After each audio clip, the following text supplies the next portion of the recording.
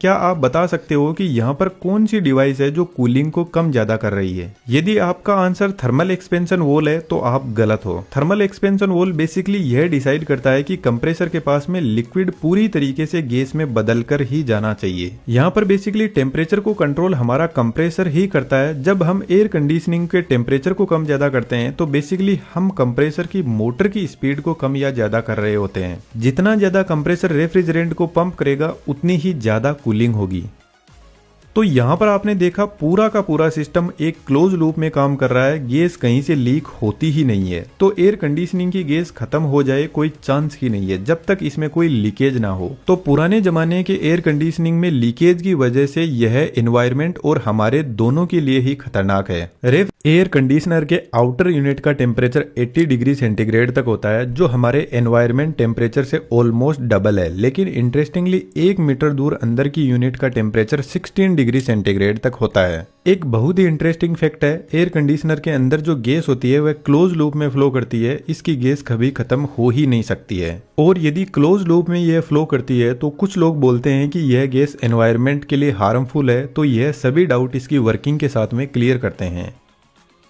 Air conditioner की कोई ज्यादा कॉम्प्लेक्स इंजीनियरिंग नहीं होती है, स्टार्टिंग होती है कंप्रेसर से। एयर कंडीशनर का हार्ट यही डिवाइस होता है और इस कंप्रेसर के अंदर आज के मॉडर्न टाइम के अकॉर्डिंग एक एनवायरमेंट फ्रेंडली गैस भरी जाती है जिसको R32 बोलते हैं। इस गैस को रेफ्रिजरेंट भी बोल सकते हैं। जब कंप्रेसर इस गैस को कंप्रेस करेगा तो इसका प्रेशर बढ़ने लगेगा, जिसकी वजह से टेम्परेचर भी बढ़ने लग जाएगा। और जब गैस कंप्रेसर से बाहर निकलेगी तो इसका टेम्परेचर होगा 80 डिग्री सेंटीग्रेड।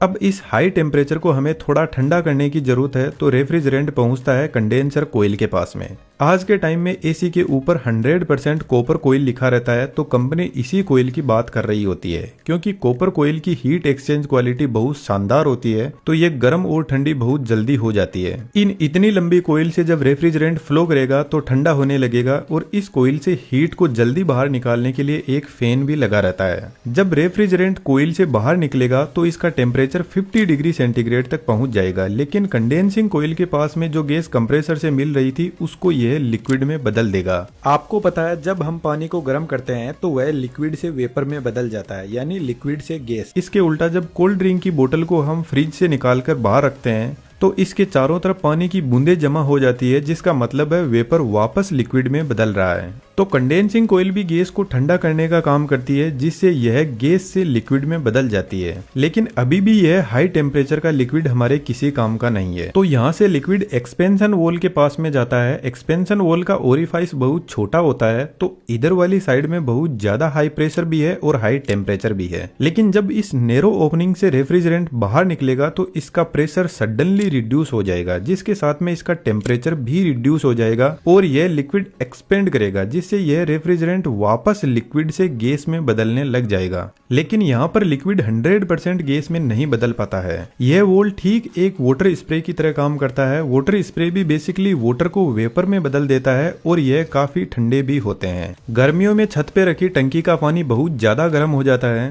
तो उसको ठंडा करने के लिए शावर से आपको पानी का टब भरना होगा और आप देखना पानी का टेम्परेचर काफी रिड्यूस हो जाएगा। अब यह एकदम ठंडा रेफ्रिजरेंट जाता है हमारे रूम में लगी हुई इवेपोरेटर कोयल के पास में। यह कोयल भी कॉपर की ही बनी होती है जो हीट एक्सचेंज का काम करती है।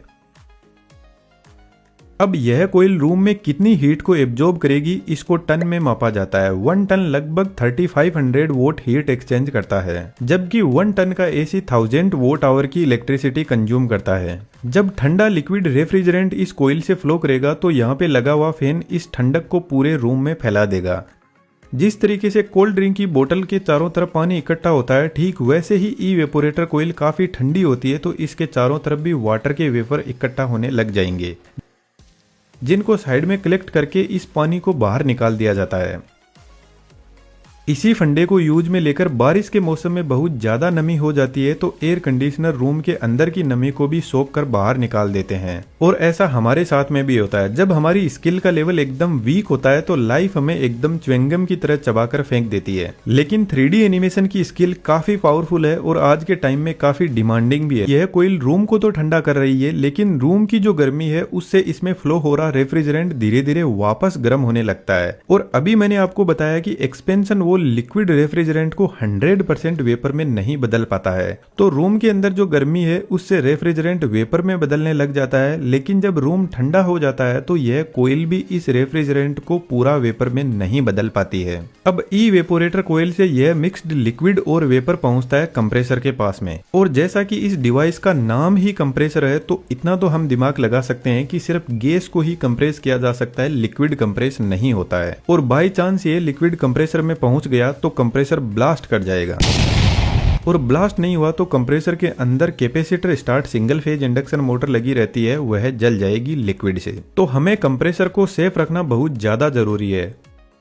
तो एक्चुअल में एक्सपेंशन वॉल कुछ इस टाइप का होता है और यह जस्ट इवेपोरेटर कोयल के पास में लगा रहता है। इसमें नीचे से हाई टेम्परेचर और प्रेशर वाला लिक्विड आ रहा है, और जब यह इस नैरो एरिया से पास करेगा तो वेपर में बदल जाएगा। एक्सपेंशन वॉल बेसिकली यहाँ पर जो ओपनिंग है उसको कंट्रोल करता है। यदि यह रेफ्रिजरेंट को बहुत कम एरिया से पास करवाएगा तो कुछ ही रेफ्रिजरेंट वेपर में बदल पाएगा, जिससे इवेपोरेटर कोयल कम ठंडी होगी।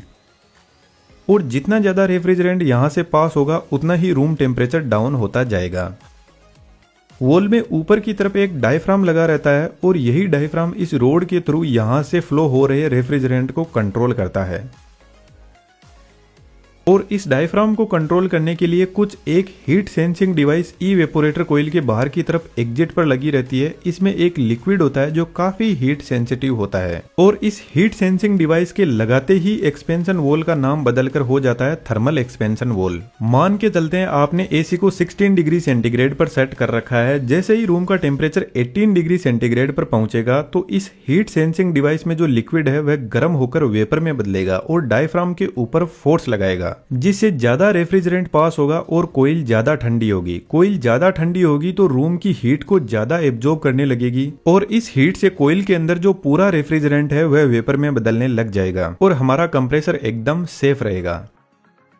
बेसिकली कंप्रेसर कंडेंसिंग कोयल के एकदम पास में लगा रहता है, और आज के टाइम में स्पाइरल टाइप कंप्रेसर भी एयर कंडीशनर में यूज होते हैं जो काफी साइलेंट और स्मूथ होते हैं। इन सभी टाइप के कंप्रेसर की मैंने इस वीडियो में डिटेल से बात की है, तो इसको आप यहाँ से देख सकते हो। यहाँ पर दोनों पाइप, एक जिसमें कंप्रेसर से इवेपोरेटर की तरफ लिक्विड जा रहा है और दूसरी जिसमें इवेपोरेटर से निकलकर वापस कंप्रेसर के पास में जा रहा है, यह दोनों पाइप एक दूसरे के पास में सेट की जाती है। इसके पीछे रीजन है, इधर रेफ्रिजरेंट कंडेंसिंग कोयल से आ रहा है जो अभी भी काफी गर्म है और रूम को ठंडा करने के लिए जा रहा है, तो इधर वाली कोयल से थोड़ा बहुत यह भी ठंडा होने लगेगा। और इधर वाली कोयल से रेफ्रिजरेंट कंप्रेसर के पास जा रहा है तो यह गर्म होकर पूरी तरीके से वेपर में बदलने लगेगा, जिससे ओवरऑल एयर कंडीशनिंग की एफिशिएंसी बढ़ती है। अब एक सबसे इंपॉर्टेंट क्वेश्चन, वीडियो को पॉज करके कमेंट में जरूर से लिखना